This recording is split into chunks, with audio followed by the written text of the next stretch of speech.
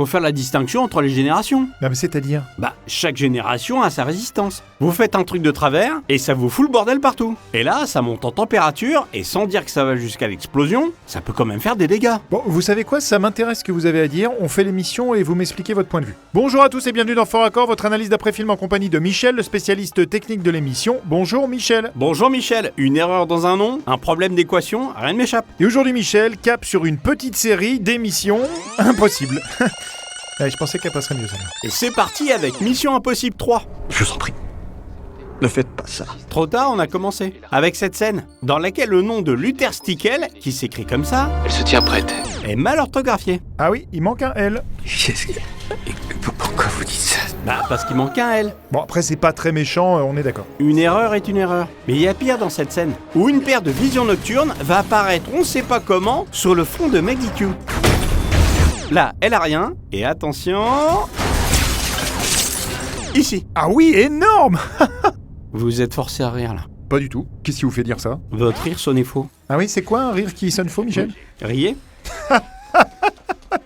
Voilà, c'est ça. Je suis plutôt d'accord. Continuez. Passons à un problème de garde-robe. Soyez prêts à lancer l'OP, à mon commandement. À mon commandement, à moi. Et c'est parti.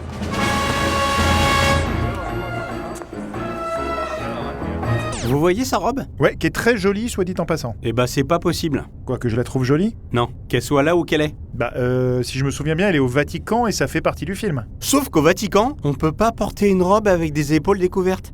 Vous êtes sûr de ça? Les gens peuvent vérifier. C'est pas autorisé. Et le Vatican peut faire ce qu'il veut, parce qu'ils... C'est un pays. Exact. Le plus petit du monde. Et il est content. Évidemment que je suis content si je peux apprendre quelque chose aux gens. Passons à cette scène dans laquelle Tom Cruise est déguisé en Philip Seymour Hoffman. Vous y connaissez en mouchoir? Alors là, question étrange, mais oui, j'en consomme beaucoup, pourquoi? Coquin, va. Mais non, mais ça va pas de... Regardez bien le mouchoir et dites-moi si c'est possible qu'il passe de la main droite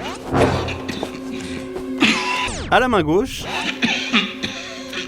à la main droite. Non, c'est pas possible, Michel, c'est donc un faux raccord. Oui, monsieur, ça tient. Ce qui se tient aussi, c'est ça. Dans cette scène, Tom Cruise, qui essaie de nous faire croire qu'il est un petit génie, écrit des équations au tableau.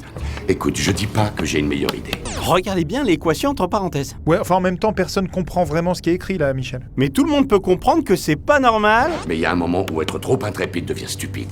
En plus, on sait même pas ce que c'est que ce truc. Et toi, tu parles de livrer un... Bien sûr. Que les parenthèses disparaissent d'un coup. Tu n'as pas idée de ce que c'est? Si, un autre faux raccord. Je connais des courts-métrages autoproduits qui en ont moins. Et qui sont peut-être pas de la qualité de Mission Impossible non plus. Attendez que je vous ramène Mécanique Groin. Mécanique Groin? Le groin mécanique de mon cousin Gonzalo. C'est un remake de Massacre à la tronçonneuse avec un cochon qui vient du futur. Pas un faux raccord, et le mot m'a fait ça avec sa classe de CE1. Maintenant, regardez cette scène.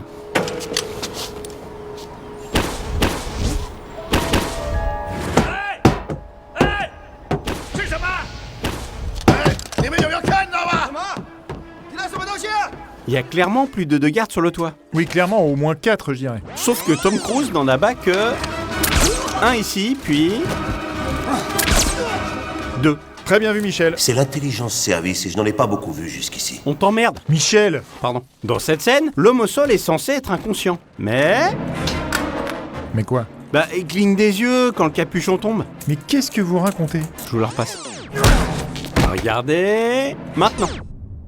Ah mais carrément, vous avez raison. Maintenant, si ça vous dit, je vous montre un problème de baston. Bien sûr qu'on le suit. Alors voilà un uppercut du coup de gauche, qui devient un uppercut du coup droit. Ouais, alors écoutez, moi je... Vous pouviez pas le voir, ça va trop vite. Je vous la repasse au ralenti. Tom Cruise envoie un uppercut avec son coup de gauche et... ça devient le coup de droit qui frappe. Michel, je vous avoue que des fois je vous admire et des fois vous me faites peur. J'ai juste regardé le film image par image, c'est tout. T'as vu ça? Ouais. Eh ben, non. Et ça m'a permis de voir ça. Dans cette scène, le véhicule arrive à fond. Dites-moi ce que vous remarquez.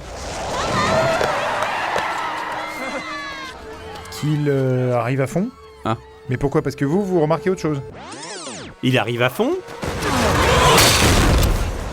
depuis une rue où ce véhicule est à l'arrêt. Oui, bah sûrement parce qu'il est terrifié par l'affrontement là. Et sans conducteur.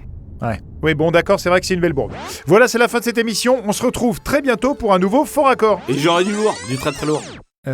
Michel, ça vous ennuie de revenir sur vos problèmes de génération là? Pas du tout. Donc, comme je disais, chaque génération a sa résistance. Mais faut savoir que quelle que soit la génération, l'accumulation se fait toujours de la même manière. À un moment, trop de tension et ça craque. Et là, c'est terminé, hein. Ça devient irrattrapable. Je comprends pas, Michel, j'y connais rien. Bon, La manière dont ça marche est simple. L'eau froide remplit votre ballon et la résistance chauffe jusqu'à une certaine température. Problème, chez vous, l'eau est calcaire. Ça crée un dépôt sur la résistance. Et à un moment, le poids entraîne une tension qui fait que la résistance se brise. Et là, c'est terminé. C'est pour ça que vous avez plus d'eau chaude. Je sais pas quelle est la résistance de votre chauffe-eau. Soit une résistance blindée, soit une résistance stéatite protégée par un filtre à eau. Dans tous les cas, moi je conseille de prendre la deuxième. Elle chauffe moins vite, mais elle est plus résistante. Par contre, elle est un peu plus chère. Ouais, bon bah je vais prendre ça alors, mais vous pouvez me filer un coup de main pour le changer, genre dimanche ? Avec plaisir. Comme ça, on pourra déjeuner ensemble. Comme je viens de loin. Ouais, alors pour tout vous dire, moi je pensais faire tôt le matin. Mais on déjeunera un autre jour, hein, Michel, il y aura plein d'autres occasions.